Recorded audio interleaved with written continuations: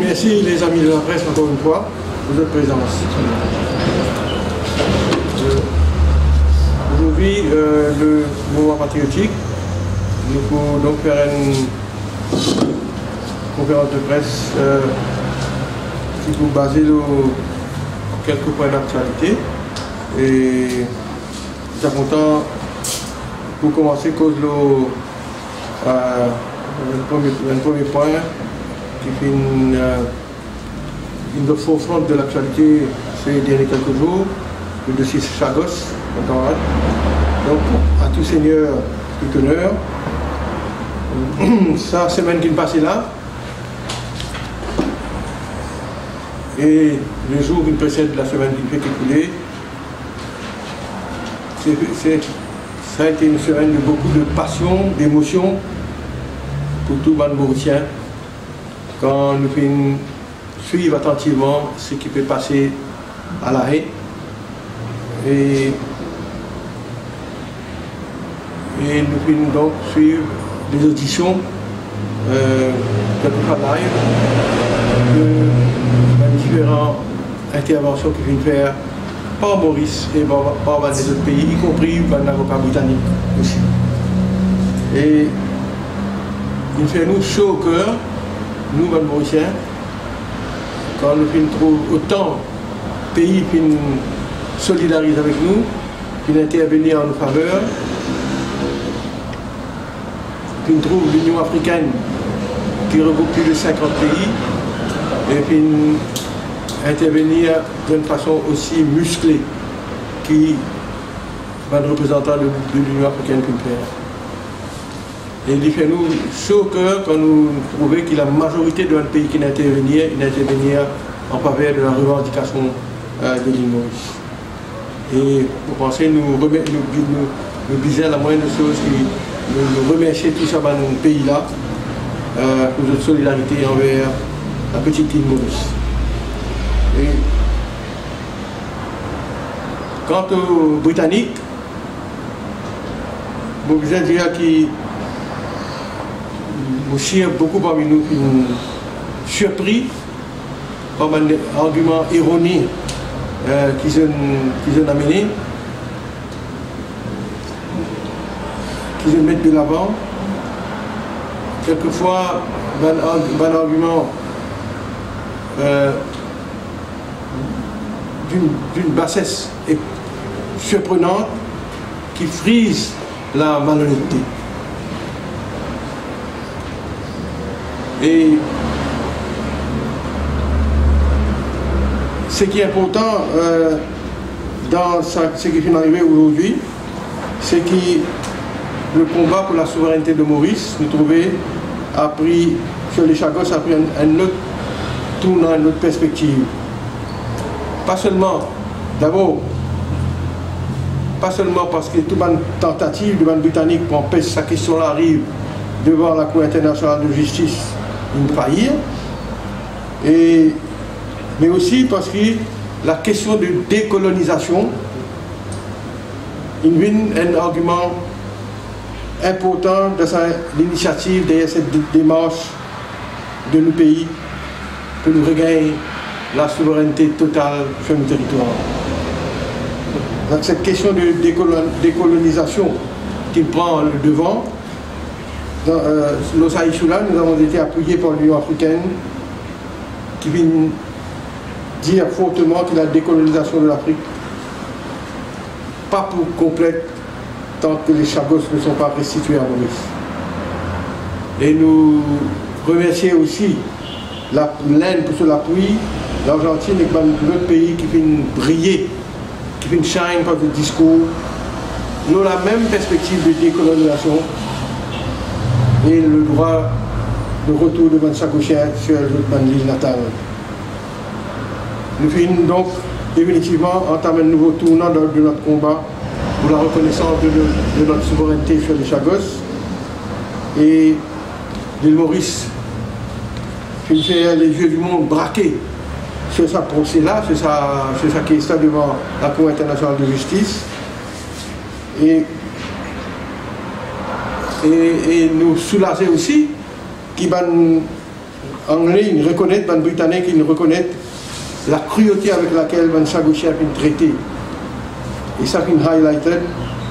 Et quand l'avocat britannique même dit the United Kingdom fully accepts that the manner in which the Sagouchians were removed and the way they were treated thereafter was shameful and wrong. And it deeply regrets that fact. Hein? Les Anglais même, ils reconnaissent sa cruauté qu'ils fait vis-à-vis de nos frères et sœurs Sagouchiens. Et nous trouvons une tonne de témoignages de l'Élysée, hein, qui certainement qui provoque une larme d'alléger beaucoup de Mauriciens qui n'écoutent que ça. Et donc maintenant, qui restait pour faire la Cour internationale de justice pour bien trancher certaines choses, mais une affaire qui est claire aujourd'hui, c'est que tout le monde reconnaît, et même les Britanniques reconnaissent, déjà reconnaissent qu'il y a une violation de la résolution des Nations Unies 2066, la résolution de la provision de la Convention, donc sa question qui n'excise, qui dismembre nous l'État avant qu'il nous gagne l'indépendance. De toute façon, sa résolution-là, il déjà voté ça par les Nations Unies, par l'Assemblée des Nations Unies. Donc ça ne pose aucun problème. Mais il y a deux autres points qui la Cour vous a tranchés, d'autres juridiques. Est-ce que c'est un différent de nature bilatérale qui existait entre nous deux pays ou non? Et nous pouvons dire non, évidemment. Pas quoi nous trouver, pas nous, tout le pays qui nous plaît dans le faveur, dit non. C'est une question de décolonisation, c'est une question de human rights, etc.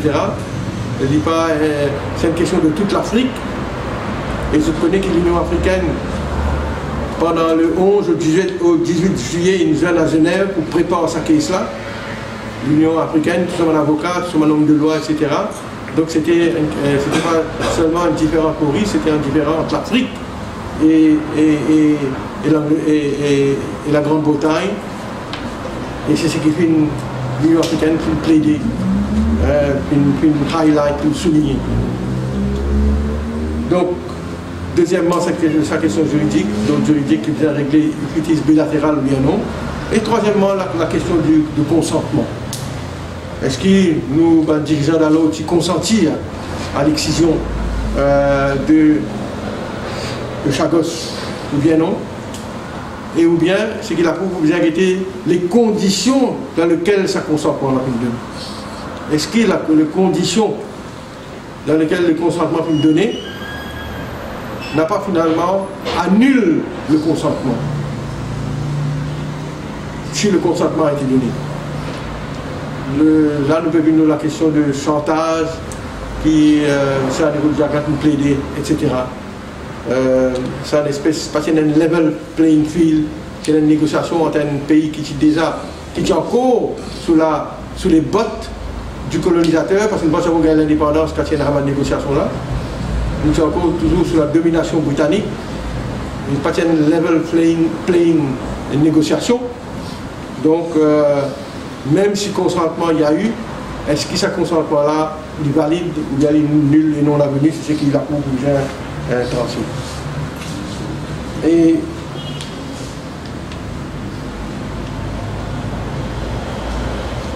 maintenant, il y a des possibilités, mes camarades. Mais nous, OMP, nous confions, nous sereins par la justesse de l'argument de l'Île Maurice, de la République de l'Île Maurice. Et nous souhaitons de tout notre cœur que la Cour internationale de justice pour tranche en nous faveur. Mais seulement, nous devons réaliser aussi, même si nous gagnons, qu'il y a une conséquence pour nous de nos victoires. Est-ce qu'il puisse, parce que nous disons, nous prenons l'objection que la base restait, que la base ou là, donc pour la question de resettlement de notre Sagouchien proposé, si nous gagnons, tant qu'à la base, il reste la même. C'est à cause de ça, qui après, maintenant après le ruling qui vous rendez, vous pensez, c'est tout le volet ou bien la voie diplomatique qui vous rester maintenant, qui vous ne vous a servi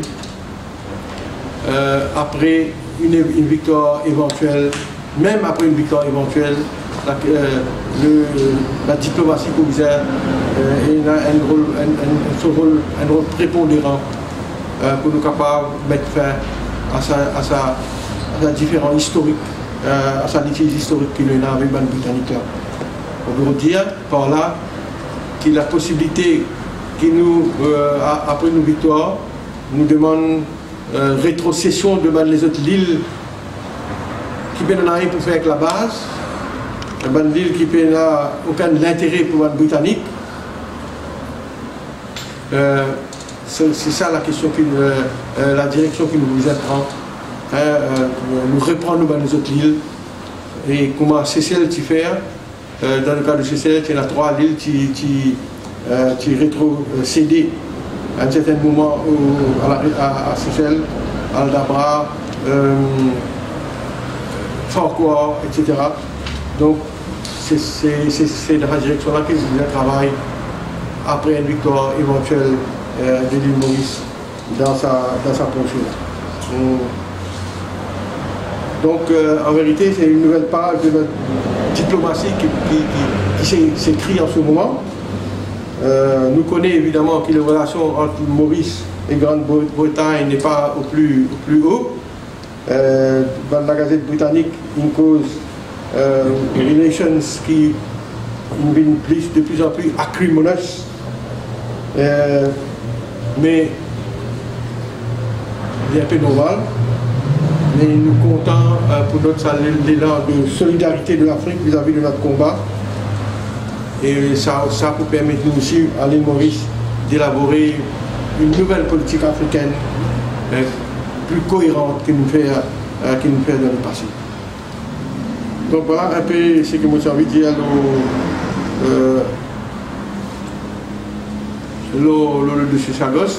Deuxièmement, mes camarades, vous savez qu'on a un autre problème, un autre issue qui peut encore une fois ce matin même dans la presse, l'affaire réforme électorale là. Quelques mots, mon papa passe beaucoup de temps là, moi la semaine dernière même, ou bien la semaine d'avant, je suis avec un commentaire là. Il paraît maintenant clair, on écoute Nando Boda attentivement ce matin sur une radio. Il paraît clair et évident maintenant que le gouvernement a rentré pour venir de l'avant avec un projet de loi, un amendement constitutionnel concernant la réforme électorale. Parce qu'il donne détail de la réforme ce matin. D'abord, nous allons dire que le gouvernement est plus ou moins acculé, forcé pour amener une réforme électorale. Il y a le ruling des Nations Unies, il y a le case de la Cour suprême, que régulièrement, l'État mauricien, le gouvernement a une demande de renvoi, chaque fois qu'il vient devant la Cour, le case de résistance et alternative, puis il n'y en a pas combien renvoie, et la Cour finit d'accord pour renvoyer. Oui, moi, je supposais résistance et alternative, il arrive au bout, et donc,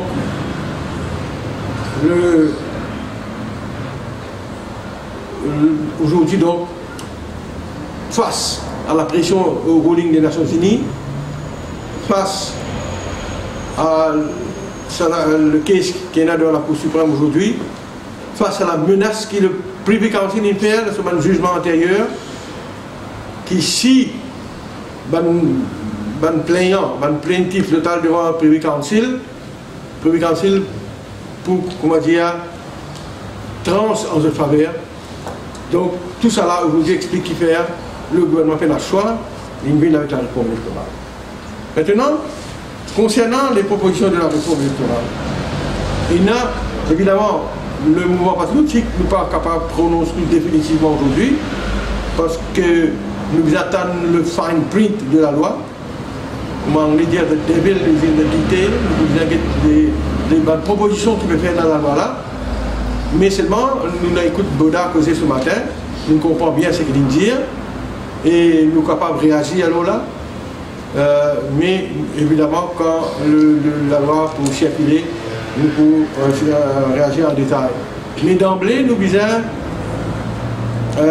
déplore le fait que le gouvernement, d'abord, circule un papier, un document, un white paper. Nous disons ça dans le passé, nous répétons. Et après, sur la base de ce white paper-là, tu viens d'avoir une discussion avec les autres partis politiques, en dedans et en dehors au Parlement, pour essayer de trouver un consensus. Pour réduire ce que je veux déjà dire, une réforme électorale vise à faire le consensus. Parce qu'il n'est pas réforme électorale d'un seul parti politique. Parce qu'il impose une réforme électorale, si le gouvernement manage pour gagner ce 3/4, Triquet il gagne des votes en plus, il gagne ce 3/4, il impose une réforme électorale qui pas obtenir l'adhésion devant les autres partis politiques. L'année prochaine, un autre nouveau gouvernement vini, dans 1 an, dans 2 ans, c'est un autre gouvernement vini, et dans 3/4, Lili Vini Sakula, à son tour,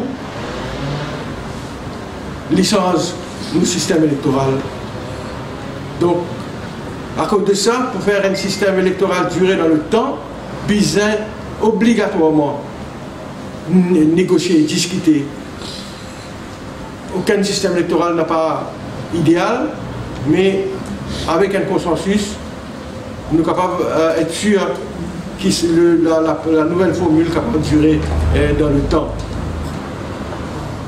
Maintenant, donc, nous d'accord, nous rappelle qu'il fait besoin une réforme de système électoral parce que the first past the post, malgré l'instant de test of time, la stabilité dans le pays, mais malgré ça, il y a certains manquements.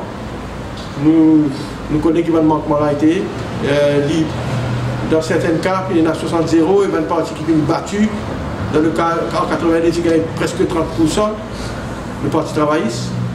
En 95, le MSN gagne 20%, 0 député, pareil qu'en 82. Donc il n'y a pas qu'à faire un système comme ça. Quand il y a 60-0, il y a une partie qui gagne presque l'adhésion de 1/3 de la population, pas qu'il y ait un seul député élu. Et dans les autres cas, comme en 87, 1% de différence entre l'Alliance Bleu, Blanc, Rouge et le MMM. Et la différence entre sièges, pas reflète en vérité sa victoire, le couteau qui le Bleu, Blanc, Rouge qui gagnait à l'époque. Donc, le nombre de suffrages exprimés en faveur d'un parti n'a pas reflété vraiment le nombre de sièges que sa parti a gagné au Parlement avec le système post-post. C'est pour ça que nous avons corrigé. Donc nous sommes d'accord qu'il y a un dosage de proportionnel, ce que le gouvernement a proposé aujourd'hui, c'est que nous avons une liste de 12. D'abord, on a 63 députés pour mettre un 3e député, Rodrigue. Nous n'avons aucun problème avec ça, nous-mêmes nous avons dit que nous sommes d'accord avec ça, nous proposons ça. La liste de 12, la liste proportionnelle de 12, et 20 partis politiques donc pour capable de gagner encore députés depuis la liste 12 là, dépendant de la quantité de votes, de pourcentage de votes qu'ils ont gagné. Maintenant, des questions restent posées sur ça. D'abord, le seuil, un parti qui vous qualifie pour réussir prise dans la liste 12 là, combien de pourcentage de gagné dans l'élection là? Baudin dit 7,5 à 10%. Nous pouvons donc décider qui pourcentage. Et malgré, dans notre manifeste électoral, nous mettre 5% à l'époque. Et nous connaissons qu'ils se mettent 5%, s'ils baissent ça 7% là, ils peuvent faciliter beaucoup de nouveaux partis, de jeunes partis rentrent dans le Parlement. Quoi qu'il y ait un argument qui soit disant le parti communal aussi pour rentrer. Donc c'est une prolifération pour la plus beaucoup de partis politiques pour rentrer dans le Parlement avec si c'est là 25%. Donc nous avons décidé qui le seuil était. Ça aussi nous attendons qui la loi peut proposer, le projet de loi peut proposer, là nous nous prononçons. Et deuxièmement, ce qui est bien important, c'est comment pour choisir ces 12 députés là. comment un parti pour gagner député l'eau à la liste proportionnelle là, bizarre choisir the right formula. Parce que, sans qu'il me rentre dans le détail, nous sommes capables de choisir une formule qui, au lieu de rétrécir la marge entre le parti qui nous gagne et le parti qui nous perdit en termes de sièges, il est capable de faire tous les contraires. Ça veut dire la partie gagnante, s'il gagne 51% avec si pas 40 députés, nous sommes capables de une formule qui gagne plus maintenant, 40, 25, 48 députés. Au lieu de corriger l'imbalance là, déséquilibre là, on les rapproche les deux parties, les deux blocs en termes de faire ce qu'il perd, qu'il y a plus beaucoup de choses, et qu'après le contraire. Donc vous dire qu'on est qui formule je peux proposer. Et troisièmement, la question qui posait, c'est aussi l'électeur quand il peut voter, est-ce qu'il a un seul bulletin ou bien deux bulletins? Moi explique-moi. Il est capable, il a un bulletin, ça veut dire qu'il vote sur trois candidats qui peuvent élire dans sa circonscription. Et la base, ça vote là, nous sommes capables de connaître tel parti, combien de pourcentage il gagne. Et là, nous servons à pourcentage là pour permettre le parti en question de gagner autant de députés qu'il a gagné dans la liste 12. Là. Mais il est possible aussi d'avoir deux bulletins. Il vote pour les trois candidats, first past the post. Après ce deuxième bulletin, il vote pour le parti qui a envie de gagner plus beaucoup de députés sur la liste proportionnelle. Donc, il a voté de l'Alliance. Après ça, il a voté un autre parti, un autre parti seul. Et ça, pour permettre un nouveau parti, un jeune parti, gagne plus beaucoup de pourcentage, parce que donc, pour permettre à un électeur vote les candidats de son choix, et là aussi, il ne fait pas la charge, mais quand la liste proportionnelle décide qui parti pour gagner plus beaucoup de députés sur la liste proportionnelle, l'électeur est capable de voter un autre parti et non pas les trois candidats qui appartiennent à parti. Ça aussi, il donne l'influence combien de députés proportionnels un petit parti capable de gagner. Donc voilà, mais ce qui est clair, dans sa proposition que Boda peut faire là, Beslouza pour abolir, c'est qu'il dit clairement, parce qu'il prenait une troisième la liste de 8 députés. Et là, nous devons faire attention, parce que ces 8 députés là, c'est le leader du parti qui peut le choisir. Et ça, nous trouvons ça dangereux, parce qu'il nous peut retourner l'horloge de l'histoire. Nous pouvons revenir à l'époque, quand il y a les rois, quand il y a le gouverneur, qui, lui, il choisit que c'est là qu'il a envie de mettre dans le Parlement. Et donc, ça peut possible aujourd'hui avec sa formule que le gouvernement peut présenter. Donc, pour un leader politique, l'étant first past the post fini élu, l'étant les 12 députés fini élus, fini choisir sur la liste proportionnelle, et dans la liste, qui se appelle la liste de best loser, il y a 8 députés là-dedans. Et ça, 8 députés là, c'est des leaders qui sont nous pas satisfaits avec sa proposition. Parce que nous pouvons rendre compte de tout le progrès que la démocratie fait dans nos pays et dans tous les autres pays. Et c'est ça interpelle nous, sa proposition-là. Donc à cause de ça, comme on dit à là, nous partons la proposition formelle du gouvernement. Mais nous avons envie de dire au Premier ministre qui bizarre circule un document dans lequel ma proposition a été bien avant circule le draft bill, organise une rencontre avec un parti d'opposition dans le Parlement, en dehors du Parlement, bizarre capable d'essayer de trouver un consensus et ou bien bizarre capable régler autant de différences qu'il y a entre les autres partis politiques. Et la même chose s'applique pour le funding of political parties. Ce matin aussi, il dit ça. Il donne un peu un point saillant de la loi que le gouvernement peut proposer le financing of political parties. Donc, pour l'État qui finance le parti politique, et puis le secteur privé aussi qui finance le parti politique. Mais l'État qui finance le parti politique après élection, dépendant des autres nombre de votes qu'ils ont gagnés, pourcentage qu'ils ont gagné. Mais avant, pendant la campagne électorale, il sera permis donc au secteur privé, à un individu aussi, si vous bien comprendre, de financer le parti politique. Mais tout les affaires de la transparence. Nous, là, nous avons proposé de d'abord un registrar en political parties.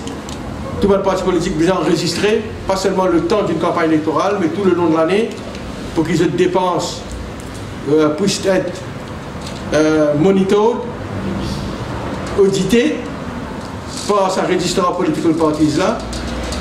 Et pour sa entité-là capable de nous faire un livre, un parti politique, get de bonne donation et donc pour avoir plus de transparence dans la gestion de notre parti politique. Ça pour les affaires que nous devons demander. Et deuxièmement, donc,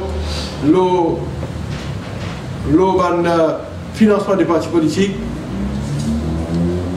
nous connaissons qu'Ivan Borouchen n'a pas d'accord que l'État finance notre parti politique, mais c'est un phénomène normal dans beaucoup de pays à l'étranger. Et comme on dit encore une fois, nous pouvons attendre la proposition du gouvernement avant de nous prononcer, si pas nous d'accord ou nous pas d'accord. Mais seulement, un dernier remarque que nous avons envie de faire, le financement des partis politiques. Là. Oui, il est important un financement des partis politiques. Oui, il est important le contrôle des partis politiques. Oui, il est important nous régler le problème de money politics. Parce qu'il n'est pas possible un parti qui a l'argent financé par le grand capital, ou bien qui a un trust important, qui regose de millions et de milliards. Il n'est pas possible que ce soit le parti politique là tout le temps pour avoir un edge, un avantage, les autres partis à cause de l'argent qu'ils ont là, avec la richesse qu'ils ont là. Besoin d'un contrôle du parti politique. Parce qu'il nous a dit, nous, ici, financement parti politique, c'est la source principale de la corruption à Maurice. Parce qu'il n'y a aucun contrôle. Le combien millions, milliards, un parti politique, un leader parti politique capable de gagner. Mais seulement, ceci dit, d'accord avec le contrôle, il nous a réglé le problème de seuil, combien un député gagne droit, un candidat gagne droit de dépenser dans l'élection. Aujourd'hui, nous connaissons les 250 000. Mais il est ridicule ça, tout parti politique habille ça, sa clause de la loi là, dépasse sa limite imposée par la loi là. Nous sommes réalistes, nous sommes honnêtes et nous devons mettre un seuil raisonnable. Deuxièmement, et nous terminons là, ça pique là, tant qu'il nous pas poussé nous la loi, pour donner la commission électorale et le commissaire électoral pouvoir pour sanctionner, pour enquêter, pendant la campagne électorale, l'oban possible breaches of the law, l'oban cas de bribe électoral, et tant qu'il nous pas un vrai bulldog avec les dents, comme il y a dans le Sud-Afrique, dans l'Inde, quand la commission électorale est capable de rentrer dans n'importe qui quartier général d'un parti, ouvrir un livre, guetter, ou bien à la campagne électorale, guetter, si pas peut distribuer la monnaie billet. Et sanctionne sa personne en question, là, sa candidat, empêche d'être candidat aux élections. Nous amendons la loi pour faire ça. Parce qu'aujourd'hui, qui est arrivé, c'est après l'élection générale qu'il doit faire une pétition électorale. Il y a 40 jours pour faire ça, pour dire tel ministre, il donne bribe, il donne travail, ou bien tel député, il gagne l'élection parce qu'il ne donne pas tant de millions, il donne tant caisse la boisson, tant tempo, tant ici, tant là-bas. Ça, qu'est-ce que la cour, 2 ans, 3 ans, qu'est-ce traîné devant le public. L'État, ça, député incriminé là, en cour ici. Bizarre, change la loi pour qu'il est possible pour le commissaire électoral, la commission électorale, si quelqu'un la met dans le sac et vient à preuve, à l'appui, empêche-lui d'être candidat aux élections générales. Donc, il n'y a pas de droit pour le candidat quand il finit, quand la commission électorale finit décider qu'il y a un improper person to be a candidate dans cette élection-là, parce qu'il peut faire bribe électoral, etc., etc. Donc, tant qu'il y a sa qualité de provision dans la loi, la loi de financement par parti politique, il peut être cosmétique. Il ne va pas prendre le poids qu'il a dans une société vraiment démocratique. Mon ami, il y a une dernière affaire avec le camarade, avant de rendre la parole. Mon ami, il y a une remarque l'éventuel accord de l'île Maurice avec le Japon. Très brièvement. Sa question la baleine là, sa question fishing agreement avec le Japon. Et je suis content, rappelle que dans le passé, l'île Maurice, nous avons une relation commerciale avec le Japon. Nous faisons dans différents secteurs. Le Japon donne nous l'aide, investit dans nos pays.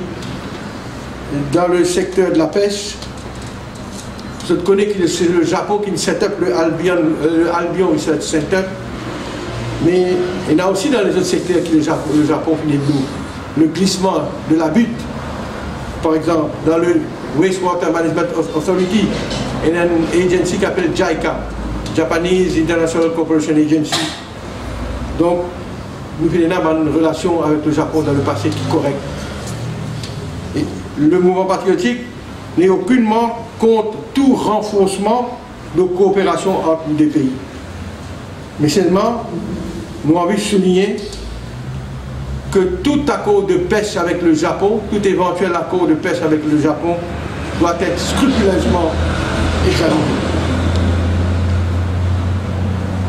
Avec un éventuel accord de pêche avec le Japon, il y a plusieurs questions qui posent. Parce que cet accord-là, il couvert différents projets.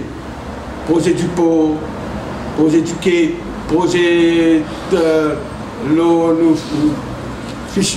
fishing hub, et pas que les autres affaires. A wide ranging agreement.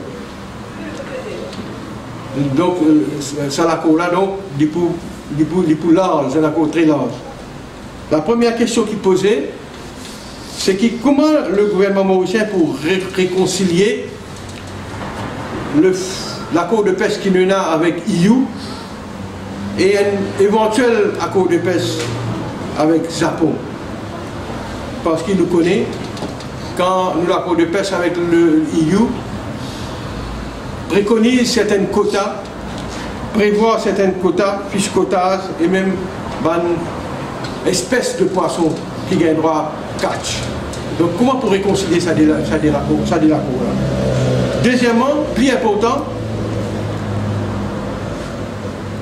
eu égard aux provisions du International Whaling Commission, il y a une affaire qui s'appelle International Whaling Commission, concernant sa commission-là qui ne set up pas une convention,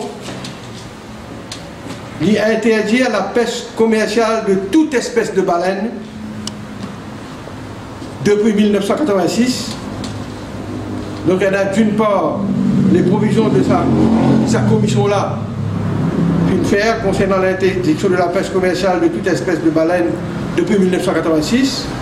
Et surtout, il y a la décision de sa commission-là de déclarer l'océan Indien comme un sanctuaire de baleines depuis 1979. Nous, l'océan Indien, d'après la Convention,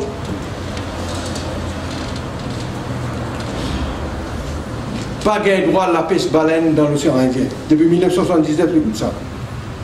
Donc, si nous faisons l'accord avec le Japon, ça l'accord-là vise à préciser clairement que même la pêche des baleines dans nos eaux, pour des raisons scientifiques, ne sera pas permise. Sa International Whaling Commission là, c'est une commission qui est créée sous l'égide de la convention que nous faisons des autres là, appelle ça en anglais ICRW, International Convention for the Regulation of Whaling, une convention internationale pour réglementer la chasse aux baleines.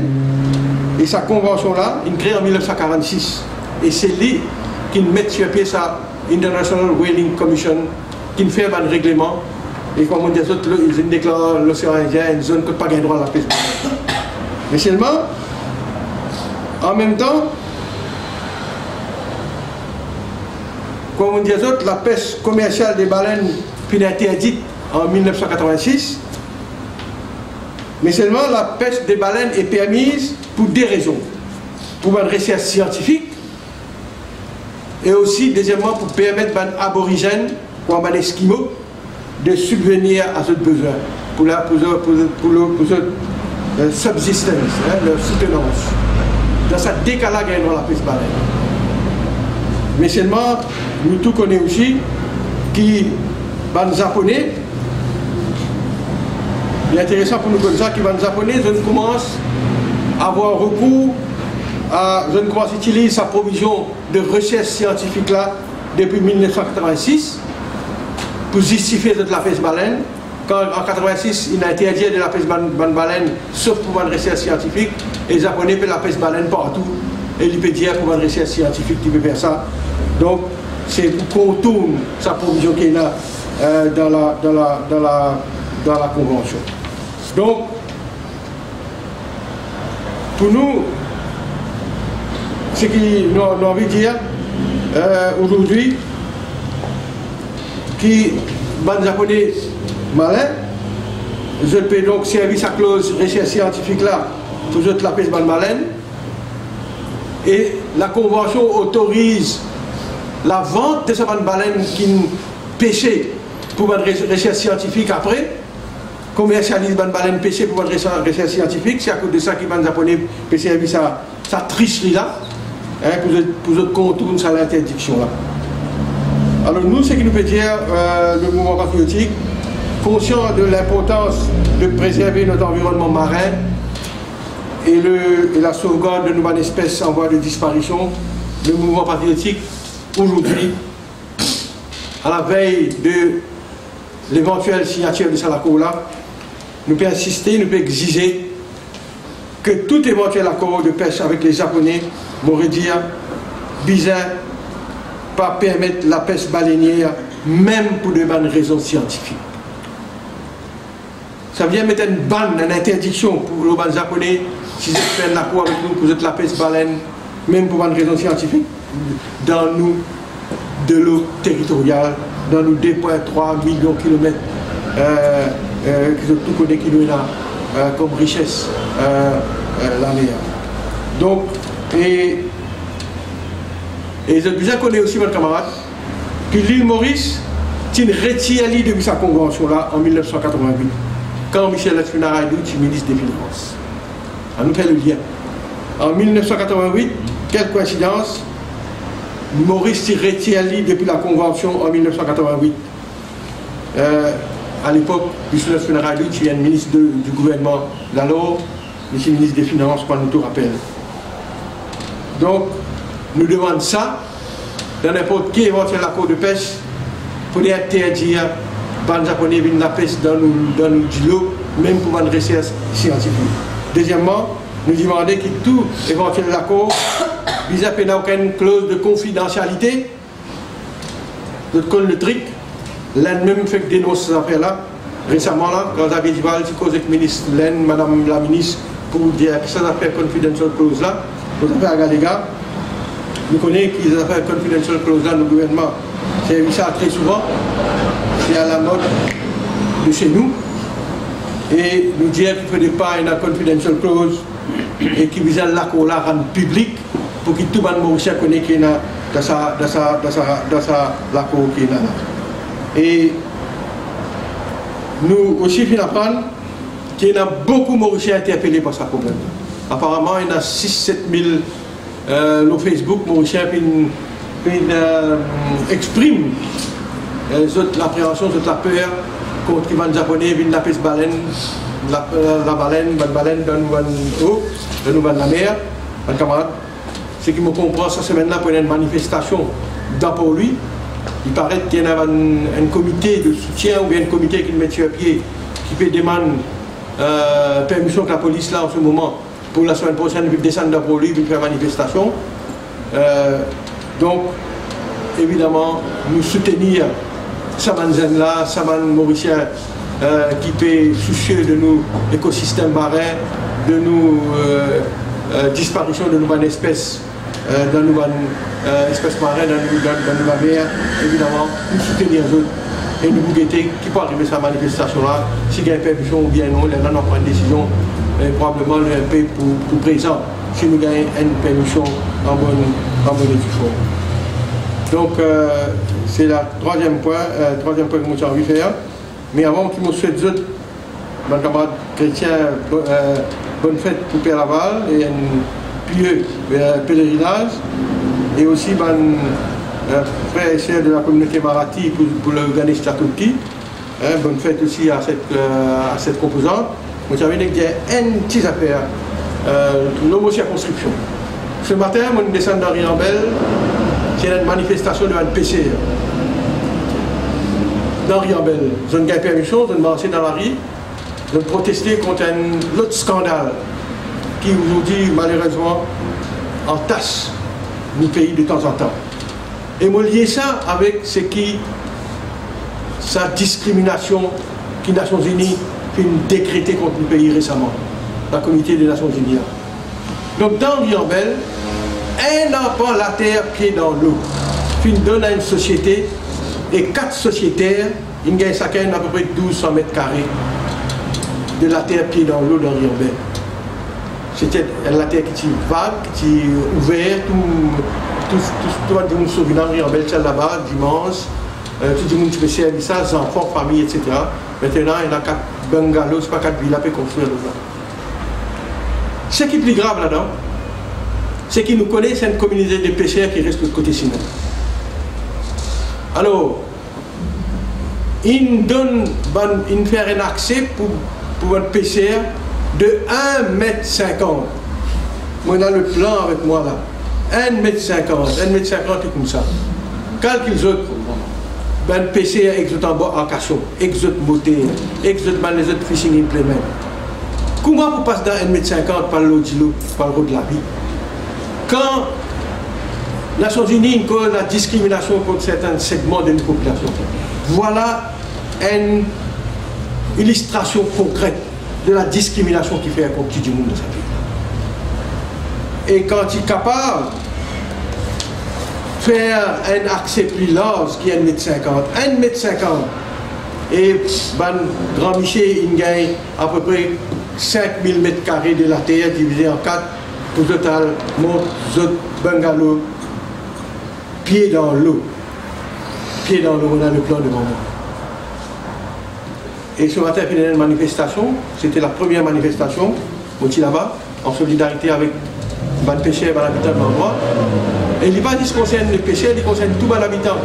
Même les camarades qui célébraient, la famille qui célébrait Gangasnan, le samedi soir, passe l'eau ça, là, étendue le terrain là, pas l'eau la mer, pour célébrer la fête de Gangasnan. Donc, pénalise une population habitant à Suriname et Riambel, en particulier dans le PCR, une discrimination 1,50 m quand nous guettons ce qui gagne à peu près 80 mètres depuis un bout depuis l'autre bout, 80 mètres de plage qui tombe dans la route côtière et qui a le high water mark et ils donnent juste 1,50 m pour le total à faire ce travail comme pêcheur tous les jours. Donc c'est à cause de ça qu'ils sont en colère. Ce matin, ils descendent dans la rue, ils ont marché, après qu'ils ont gagné avec la police, et moi, moi, en tant que député, pour soutenir eux. Et nous dire au gouvernement, aux autorités, regarde ce dossier-là, regarde cette copie, pour nous capables de trouver une solution pour la petite justice vis-à-vis des pêcheurs et des habitants de la région. Donc, on va arrêter là, encore une fois, puis le pèlerinage à tous nos frères et sœurs chrétiens et à la frère et sœur Marathi, à plus Ganesh Chaturthi. Merci. ça passe à ça, c'est juste pour pêcher, ça, ou bien tout le monde est accès de plage? Non, tout le monde. Donc, pas juste pour pêcher, mais évidemment, pêcher pour servir tous les matins avec les autres moteurs, les autres épaules, avec tous les autres équipements qui posent beaucoup d'inconvénients, évidemment, et de préjudices. Vous appelez un brave électoral? Est-ce qu'il y a une promesse électorale? Nous, ça c'est oui, une nouveauté, nous pourrions 10 000 roupies en plus. Est-ce que ça compte comme un brave électoral? Oui, d'après le Representation of People Act, on appelle ça treating. Même une promesse électorale, de votement ou de temps de travail comme moi il dit, c'est une promesse électorale qui est capable de casser du monde, comme Kaline dit, une promesse électorale, oui. Et dans ça, nous la loi Representation of People Act, vous trouvez. Oui, promesse électorale, il y a une folklore dans 1976, nous avons une promesse électorale. Il fait la différence, là nous va pouvoir dans le juridique, un gouvernement capable de dire, on vous donne l'éducation gratis ou bien on peut construire un logement. Donc ça c'est l'État. Hein, c'est le gouvernement. Mais c'est une partie politique au départ. Mais par contre, si moi je rentre dans la case, je me dis, oui, même moi je gagne un travail, je peux aussi avoir une promotion, etc. etc. Donc, la loi qu'on définit, elle veut dire la promesse électorale. Vous êtes là le fait qu'il y a un leader, choisir ça. Mais si un jour, le leader, on a pour choisir des gens dans l'équipe pour refuser, c'est ça qu'on peut dire moi? Non, on veut dire nous sommes capables de notre système. Non, c'est arrivé. Si arrivé là demain, c'est le cas. Vous refusez, ou dire non, pas besoin des députés à côté. Si la réforme, c'est la réforme approuvée dans sa forme là. Voilà. Mais là, nous faisons la choix. Et nous pouvons dire que quand c'est un autre formule, il n'est pas correct. Donne le responsable, un leader primo. Ça aussi, il y a encore la dynastie, là, c'est un de la 8 là, mon cousin là-dedans. Mon petit Pakistan là-dedans, donc mon petit fils là-dedans, etc. Donc, il peut encourager, il est capable d'encourager la dynastie aussi, mais il n'est pas. Oui, le copinage, il n'est pas correct. Nous retournons en arrière quand nous donne un politicien. Et grand matin, le point qui fait, il dit, ah, ben il est là, il va choisir un candidat, il va choisir un ministre. Non, mais attention, moi aussi je réponds à la vie, je me dis oui. Quand il choisit le ministre, quand il choisit, il y a même pouvoir choisir que c'est là qui pour le ministre, que c'est là qui pour gagner la candidature. Ça c'est une chose. Mais là, il peut choisir qui c'est là pour rendre le Parlement. Mais c'est les peuples qui choisissent que c'est là qui pour rendre le Parlement. Et là, quand même, une différence. Vox Populi, il y a Vox Dei, nous, la voix du peuple qui choisit que c'est là qui pour rendre le Parlement. Ou bien un parlementaire. Là, le leader peut choisir que c'est là qui pour une parlementaire. Parmi les petits mondes. Ce n'est pas les peuples qui veulent choisir. Donc il y a la différence. Et s'il y a une bonne formule, ça qui est le secteur privé, financement de partis politiques, avant l'élection, c'est ce qu'on dit. Et après le gouvernement remboursé, on va dire. Non, c'est qui le gouvernement remboursé, on va dire là. Non, attends, c'est ce qui Baudin dit, pendant la campagne électorale, le gouvernement vous donne casse.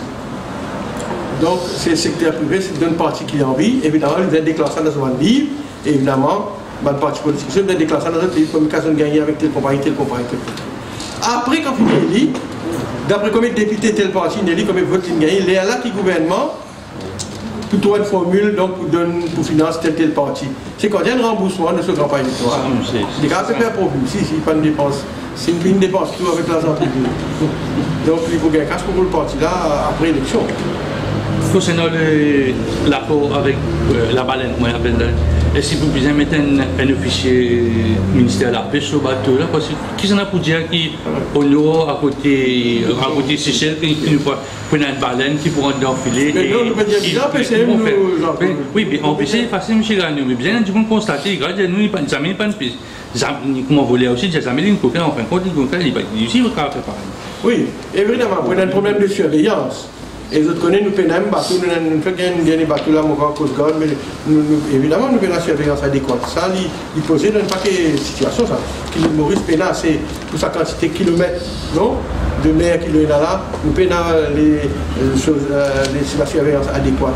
Ça, c'est vrai. Parce qu'il y a des Japonais, des Malais, on connaît dans ce qu'ils nous apprennent, quand on dit là, dans l'îlot autour du Japon, tellement les pays africains la baleine, méduses partout. Des écosystèmes là qui nous débalancent. Donc, je perds la piste dans les autres. Oh, maintenant. Des questions, pendant la plaidoirie là, on apprend quelque chose de nouveau. par rapport à l'histoire, parce que... Non, nous devons accepter, nous devons faire le travail, dans notre avocat, dans le pays, il y en a beaucoup. Le niveau de haute facture, nous pensons tout, nous pas comme tout. Nous devons féliciter tout le pays qui, en particulier en nous faveur. Oui, nous faisons la panne beaucoup plus. Et j'espérais que tout ça va faire leur différence par là pour s'offrir comme. Mais c'est l'affaire de Lancaster House, il n'y a pas une bonne affaire qui pas connaît. Lancaster House, nous lire un peu. Par exemple, passé dans la loi réforme électorale en 2014, je te rappelle, quand tu passes à cette ville-là, quand tu passes à l'autre pour bien déclarer candidat, les Italiens, tout. Donc, nous connaissons, mais c'est pas vous pensez qu'il y a une audition historique, c'est qui vient d'arriver. Quel est votre ressenti par rapport à cette volonté pour cette démission à justifier pour ce qui est dire par rapport à Premier Rangé? Ah, madame, c'est bon. Vous me demandez, moi, personnellement, moi, je ne sais pas si vous savez ça, mais seulement, je suis capable de comprendre aussi, Béranger, il y a une facilité exaspérée sur mes collaborateurs. Je ne peux pas prendre une patience d'autres. Je ne sais pas, il provoque la dame en question, Madame Danielle Selvon, pour Madame Selvon servi sa terme-là. Nous ne pas connaissons les dessus de l'histoire, mais on connaît que quand Béranger en colère, quand il saute le second, il rit monde, il met tout le monde dans l'état que tout le monde est capable de provoquer et servir comme ça. Donc, mais si vous demandez moi, vous pensez, en tant que politicien, nous aussi, nous peut cause discrimination, nous peut cause l'humorisme uni, etc. Nous disons, pas servir de mots malheureux qui est capable de blesser certains du monde à cause de l'épidémie, etc. Quoi qu'il ne peut pas défendre de raison, pas qu'il arrive, mais ce qu'il me connaît, c'est qu'il peut rentrer comme maltraité du monde. Donc il y a un contact avec Daniel Selvon après sur des démissions, il s'est contacté n'importe qui du monde dans le parti? Non, nous ne pouvons pas ni Jean-Claude ni moi, nous ne pouvons ni prendre contact, ni pas prendre contact avec. Il estime faire sa réflexion. Merci, Madame.